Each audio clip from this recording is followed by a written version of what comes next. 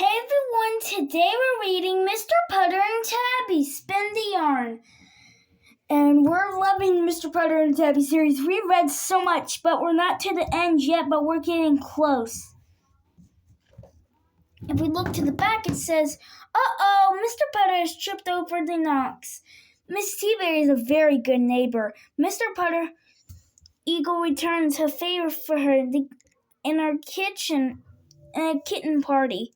But when it comes to young lots of yarn, Tabby just ain't compatible with guesses. Let's see what I can't wait to hear what all of this is about. It could be something good, it could be something bad, who knows? It could be something so good that you want to hear this book. So let's go ahead and get started. Mr. Putter and Tabby Spin the Yarn. Mr. Putter and Tabby Spin the Yarn. Mr. Putter and Tabby Spin the Yarn.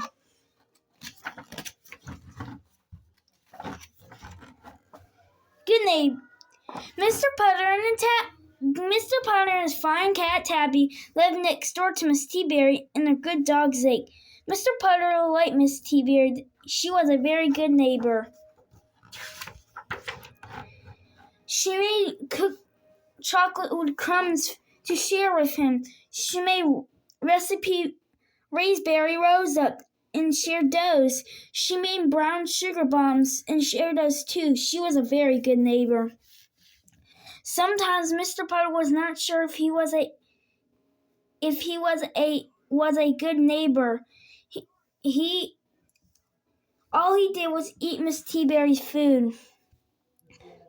All I do is eat Miss T-Berry's food, Mr. Putter told the Tabby one day. I think I should do something nice for her. And it happened. That day, Miss T-Berry and Zake stopped by later that day. They just returned from the yarn shop.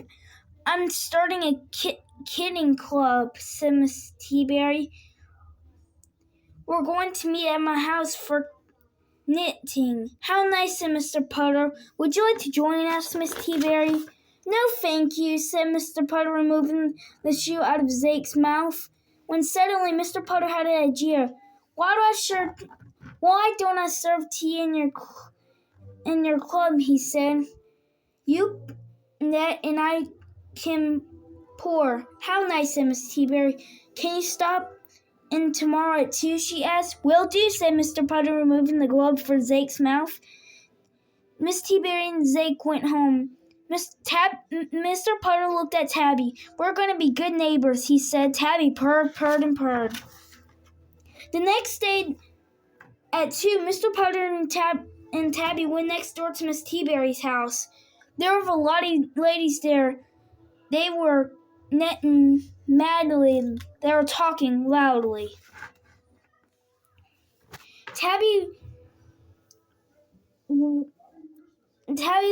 at all the nets. Tabby was looking at all the nets and the threads, a big ball of yarn.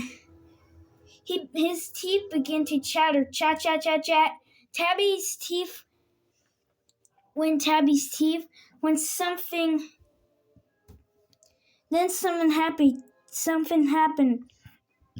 When Tabby was excited, she looked at the bar of yarn. She screamed, chat, chat, chat. She looks very surprised to me. Mr. Putter pet her to calm her down, but there was about 50 pounds of yarn in the room. Petting wasn't help. Everyone cheerily helloed to Mr. Putter and Tabby. Where's Zake? Asked Mr. Putter. I closed him in the kitchen, said Miss T-Berry. He was bothering Gertrude's hat. Gertrude was wearing a hat that had lots of fake vegetables on it. He kept bothering the potatoes, said Miss T-Berry. Tabby and I will keep him company, said Mr. Putter. Thank you, said Miss T-Berry. You are a good neighbor. That's what we want to hear. That's one word we want to hear. In the kitchen, Zake had found a bag of popcorn and a lot of a loaf of bread and some marshmallows, and also a fake potato. "Oh dear," said Mr. Puddler. He cleaned up Zake's mess. He cleaned up all the mess. He helped Zake unstick a marshmallow from his teeth.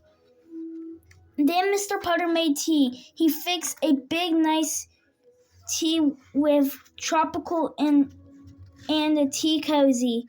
He put sugar cubes and cream to try.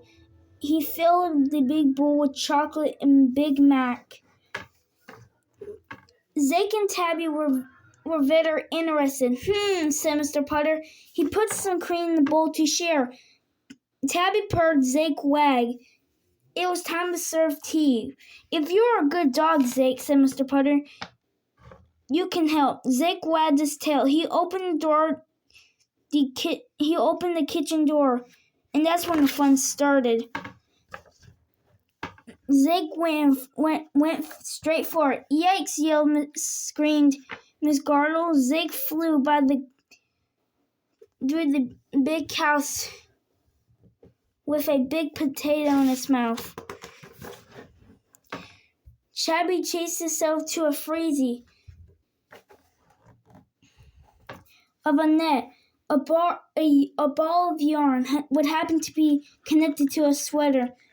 Miss Freewater had been working on it for several months. Tabby flew to the house with the yarn in his mouth. And Mr. Puddler snoozed drearily. He was lovely Charlie Chase. Miss Fixwater got a sweater. It got smaller and smaller until it disappeared.